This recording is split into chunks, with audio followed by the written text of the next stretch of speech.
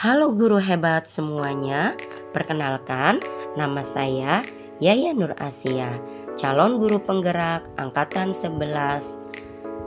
Pada tugas demonstrasi modul 1.4 kali ini, saya akan mempresentasikan tentang penerapan segitiga restitusi dan langkah-langkahnya serta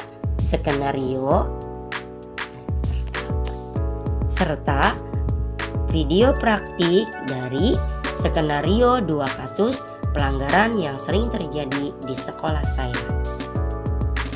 Saya akan memperkenalkan aktor di balik pembuatan video praktik penerapan segitiga restitusi, yaitu Aina kelas B sebagai murid dalam skenario 1. Saya sendiri sebagai guru. Kemudian ada Ananda Tio Nafis kelas B sebagai murid dalam skenario 2. Sebagai informasi bahwasanya dalam hal publikasi foto maupun video, wajah dari murid-murid sudah atas persetujuan berupa surat pernyataan dari wali murid masing-masing. Sebelum kita menyaksikan video praktik dari langkah-langkah penerapan segitiga restitusi, marilah kita simak tentang segitiga restitusi. Segitiga restitusi adalah 3 tahapan proses yang digunakan untuk membantu seseorang, dalam hal ini murid-murid, agar belajar dari kesalahan mereka. Ini bukan tentang hukuman, melainkan sebuah proses yang bertujuan untuk membangun karakter yang lebih kuat dan bertanggung jawab. Tujuan segitiga restitusi yaitu membangun disiplin positif, membantu individu untuk mengembangkan tanggung jawab dan kesadaran akan konsekuensi dari tindakan mereka. Yang kedua, memperbaiki hubungan, membantu memperbaiki hubungan yang mungkin rusak akibat kesalahan yang dilakukan. Yang ketiga yaitu meningkatkan rasa percaya diri. Dengan belajar dari kesalahan, individu akan merasa lebih percaya diri dalam menghadapi tantangan masa depan. Dan 3 tahapan segitiga restitusi tersebut yaitu menstabilkan identitas, kemudian validasi tindakan yang salah, lalu menanyakan keyakinan, dan ketiganya harus saling berkaitan. Menstabilkan identitas. Langkah ini bertujuan untuk meyakinkan individu bahwa meskipun mereka melakukan kesalahan, mereka tetap berharga dan memiliki potensi untuk berubah. Selanjutnya, validasi tindakan yang salah. Pada tahap ini, kesalahan yang dilakukan diakui dan divalidasi. Namun, fokusnya bukan pada menyalahkan, melainkan pada pemahaman mengapa tindakan tersebut tidak tepat. Dan menanyakan keyakinan. Langkah terakhir ini mendorong individu untuk merenungkan nilai-nilai yang mereka yakini dan bagaimana tindakan mereka sebelumnya tidak sejalan dengan nilai-nilai tersebut.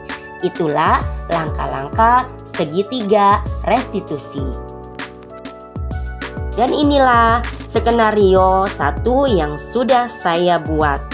Di dalamnya yaitu cerita tentang kejadian seorang murid yang bernama Tio mendorong temannya yang bernama Geja sehingga Geja menangis, dan saya melakukan langkah segitiga restitusi kepada Tio. Mari kita simak videonya. Tio, sini nak. Tio, tadi Geja kenapa sama Geja tadi? Soalnya ambil bola Tio, jadinya itu dorong Geja. Oh, Geja nangis didorong sama Tio. Iya Bu. Oh gitu. Jadinya Tionya marah. marah terus ngedorong Geja. Iya. Nah, kalau marah boleh ya Tio ya. Sebentar doang. Kita boleh marah ya, tapi tidak boleh sampai mendorong teman.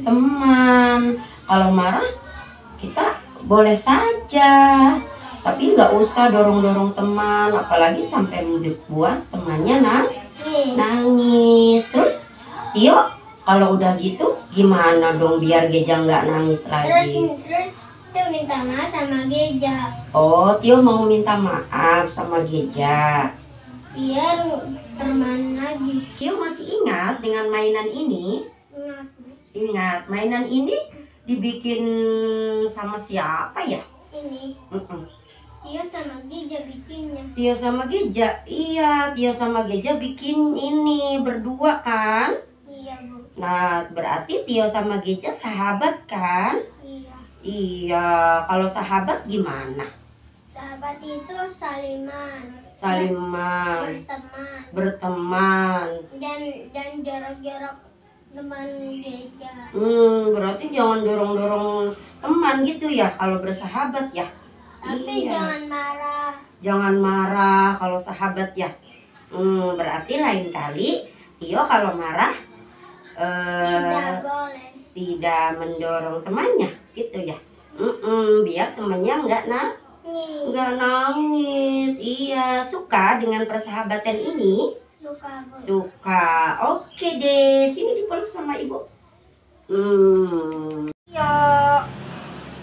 Gimana perasaan Tio setelah kejadian tadi?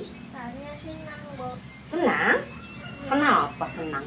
Soalnya udah minta sama Geja. Oh, Tio senang ketika minta maaf sama Geja. Iya.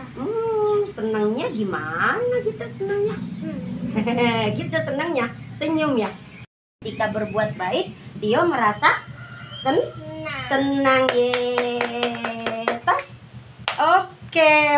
Selanjutnya skenario 2. Saya telah membuat skenario tentang seorang murid yang bernama Aina meledek murid yang lainnya yang bernama Aisyah, sehingga Aisyah menangis dan saya melakukan langkah segitiga restitusi kepada Aina. Inilah video praktiknya.